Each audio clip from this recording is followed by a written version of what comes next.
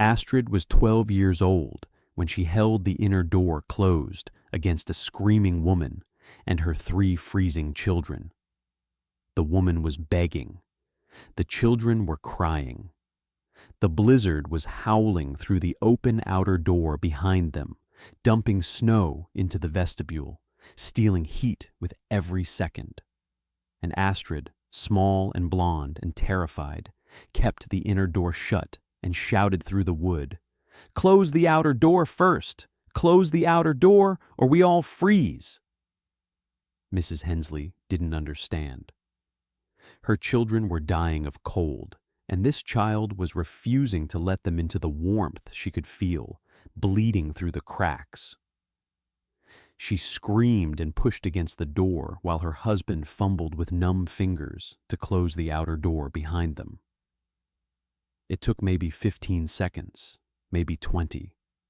It felt like an hour while Astrid held the door and listened to children cry and wondered if she was killing them by making them wait.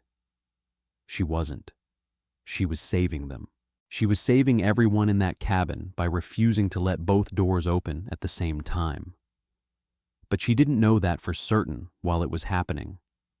She only knew the rule her mother had taught her: never open the inner door until the outer door is closed. Never. Not for anyone. Not for any reason. That rule kept Ingrid Lindqvist's cabin at 62 degrees, while neighbors froze in soddies that couldn't climb above 40. That rule saved 9 lives during the children's blizzard of 1888. That rule was called Swedish foolishness and wasted lumber by every American who watched Ingrid build her entry room. Let me tell you about the room they laughed at. Then you can decide if Astrid was right to hold that door.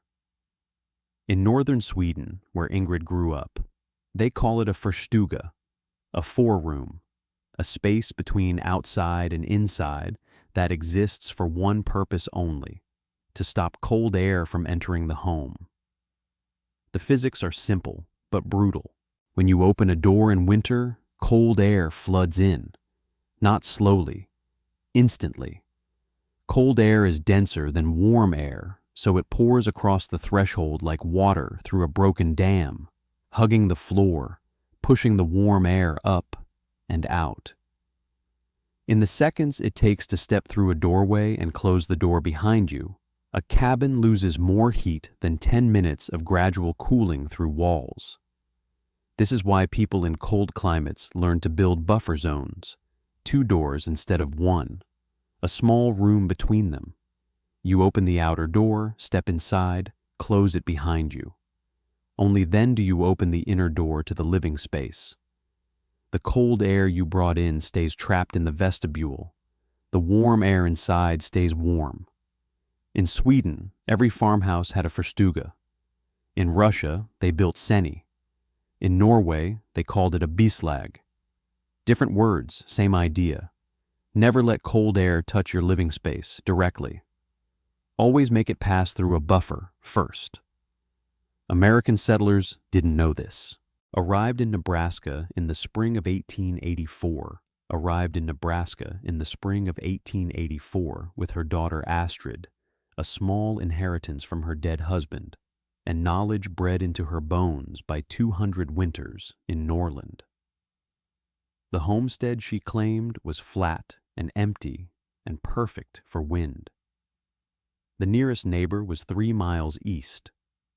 The nearest town was 12 miles south. She was alone with a 10-year-old girl in a landscape that would try to kill them both every winter for as long as they stayed. The first thing she built was the vestibule. Not the cabin, the vestibule. She framed the entry room before she framed the main structure, laying out the dimensions with rope and stakes, making sure the angles were right, making sure the doors would seal properly. The cabin grew around it, but the vestibule came first. Emmett Polk rode out to see her progress in June. He'd built most of the structures in the county and considered himself an expert on prairie construction.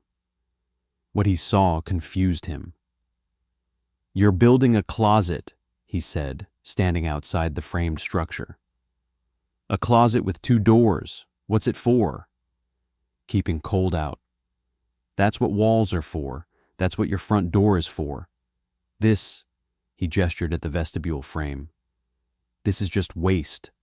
Extra lumber, extra labor, extra space you won't be able to use for anything." Ingrid kept working. "In Sweden, every house has one. Without it, you freeze. This isn't Sweden. We don't need extra rooms just to walk through." Polk shook his head with the certainty of a man who had never questioned his own methods. "I've built 30 houses in this county. Nobody builds entry rooms. You're wasting wood and you're wasting space." "Then I will waste them." Polk rode away, convinced the Swedish woman was building a monument to foreign foolishness. He told everyone in town about the tiny room that served no purpose. By fall, Lindqvist's closet was a joke at the general store. Men laughed about the woman who needed 2 doors to keep warm when everyone else managed with 1. Ingrid finished the cabin in September. The vestibule was exactly as she'd planned, 4 feet by 6 feet, just enough room for one person to step inside and close the outer door before opening the inner door. Hooks on the wall for coats and scarves, a bench for removing boots caked with snow, a space so small it seemed insignificant, but she built it right. The outer door was thick planks with a felt seal around the frame. When it closed, no light showed around the edges. No air moved through the cracks. The threshold had a raised lip to stop snow from blowing under. The inner door was the same. Thick, sealed, fitted tight enough that you had to push hard to open it against the slight pressure differential between the warm cabin and the cold vestibule. Subscribe to Wild West Retribution and tell me where you're watching from. Because what happened next proved every laughing man wrong. But it cost something that still makes me wonder if Ingrid built the rules too strict. The first winter was cold, but not exceptional. Temperatures dropped to 15 below in January, climbed back to 0 in February. Ingrid burned less wood than she'd expected. The cabin held heat in ways that surprised her, staying warm through the night on banked coals while neighbors fed their stoves every few hours. She understood why. Every time she entered or left, the vestibule caught the cold. She'd step inside from the snow, close the outer door, stand for a moment while the small space equalized, then open the inner door to warmth that hadn't been disturbed. The cabin never felt the blast of outside air. Her neighbors felt it constantly. Every trip to the outhouse, every check on livestock, every errand outside, each one flooded their homes with cold that took half an hour to recover from. They burned wood fighting air infiltration they didn't even recognize as a problem. Astrid learned the rule before she learned to read. Close the outer door before opening the inner door. Always. Her mother made her practice until it was automatic, until she couldn't imagine doing it any other way. The vestibule is the wall between life and death, Ingrid told her. If both doors are open at the same time, even for a moment, the cold wins. It comes in faster than you can close the door behind it. It steals heat that takes an hour to replace. Do you understand? Astrid understood. She was 10 years old, and she understood that doors were life and death. What she didn't understand, what she couldn't understand until she lived it, was what the rule meant when someone was begging to come inside. Now here's where I want you to think about something. Ingrid's rule was absolute. Never open the inner door until the outer door is closed. But rules need exceptions, don't they? Emergencies, desperate situations, moments when human compassion should override rigid procedures. Or do they? Let me tell you what happened during the children's blizzard of January 1888, and then you can tell me if Astrid was right. The storm came without warning on January 12th. The morning was warm enough that children went to school in light coats, warm enough that farmers worked outside without gloves. By early afternoon, the temperature had dropped 40 degrees in minutes. Wind screamed across the prairie at 60 miles an hour. Snow fell so thick you couldn't see your hand in front of your face. They called it the children's blizzard because so many school children died, caught between school and home in a storm that came too fast to outrun. 235 people died in Nebraska, Dakota Territory, and Minnesota that day and night. Most of them froze within sight of shelter they couldn't find in the white blindness. Ingrid and Astrid were home when the storm hit. They heard the wind rise, felt the cabin shudder, watched the windows go white with driven snow. Within an hour, drifts were climbing the walls. The Hensley family lived 3 miles west. Their soddy was older and poorly maintained. The roof had been leaking since fall, weakening the dirt and timber structure.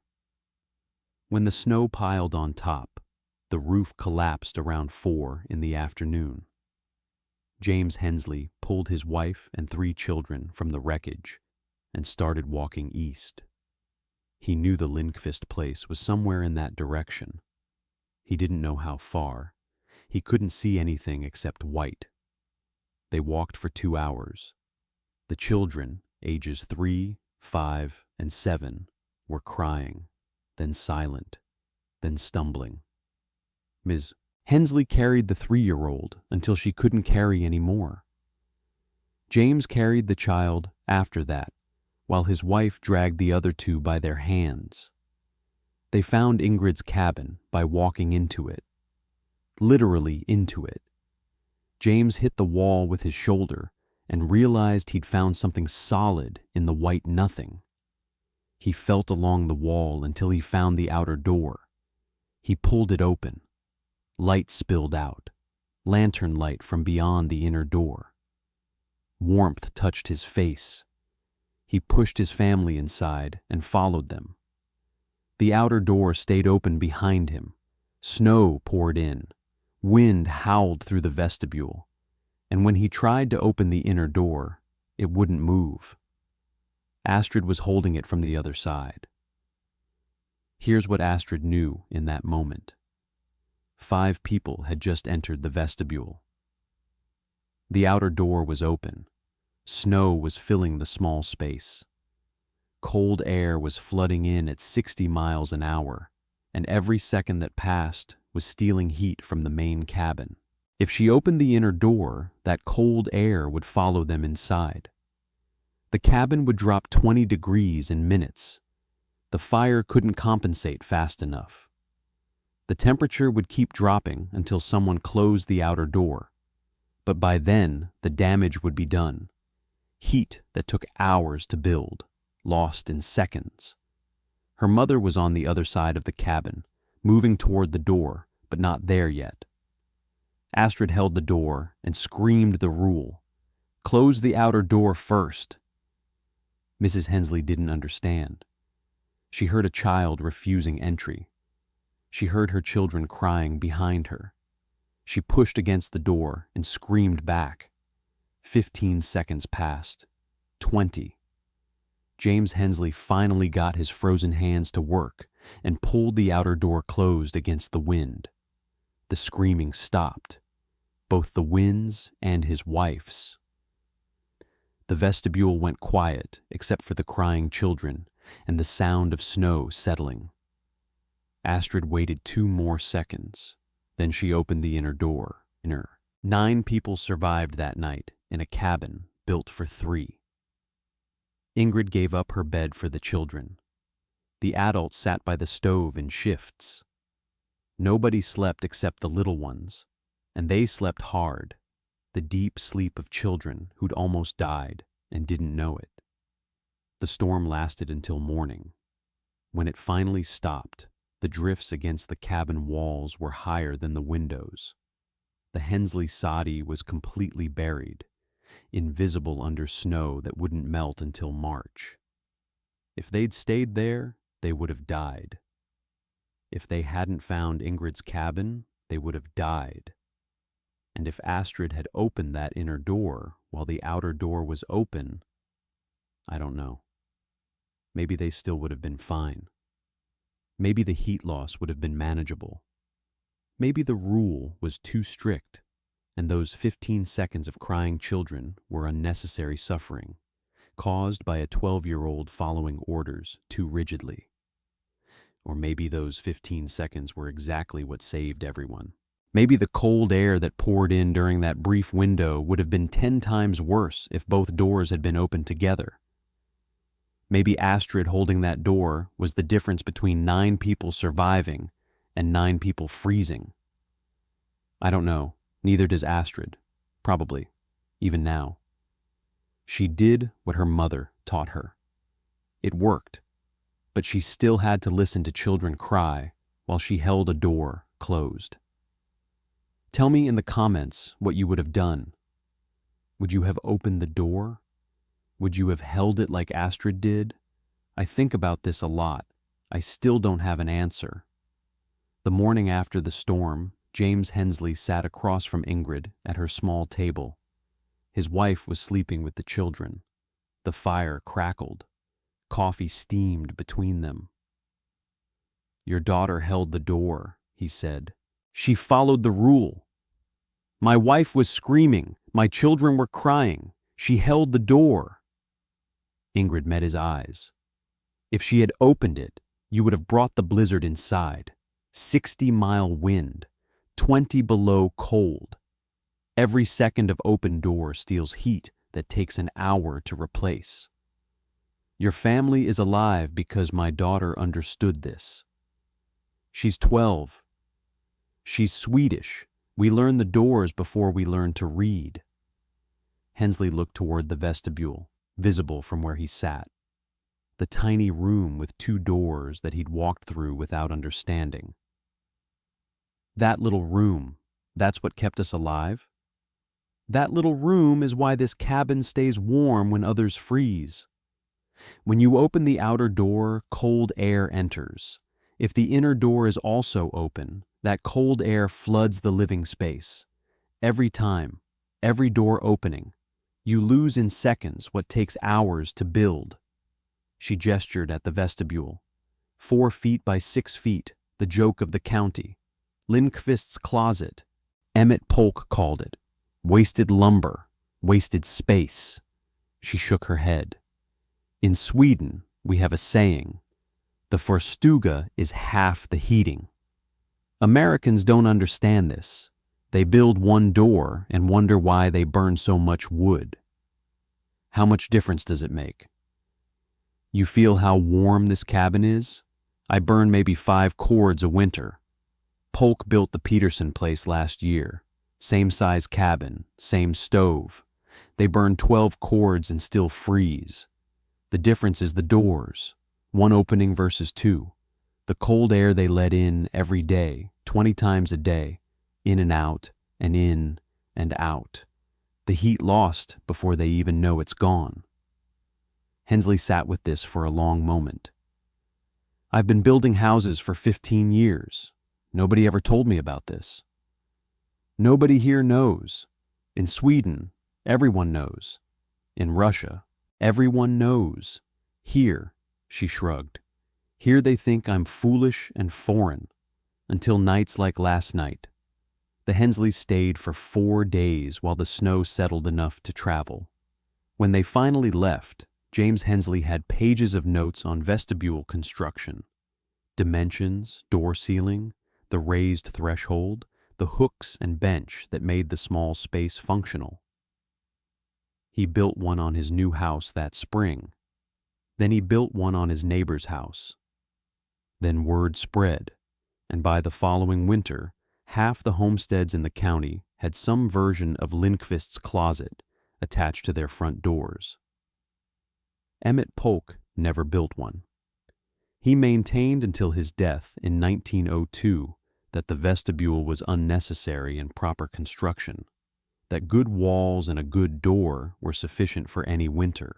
His own cabin never climbed above 45 degrees during cold snaps, and he burned 14 cords of wood every winter, but he never connected these facts to his refusal to learn from a Swedish widow. Some people can't learn from people they've decided to look down on. That's just how it is. Now here's what I want to leave you with. Astrid Lindqvist grew up and married a farmer named Thomas Reeves in 1894. The first thing she built on their new property was a vestibule. She taught her children the rule before they could read, just as her mother had taught her.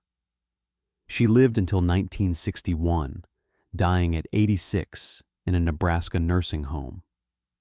Her granddaughter asked her once about the children's blizzard, about holding the door against the Hensley family. "I still hear them crying sometimes," Astrid said. "The children. I held the door and they cried, and I didn't know if I was saving them or killing them. I just knew the rule. Close the outer door first, always, for anyone, for any reason.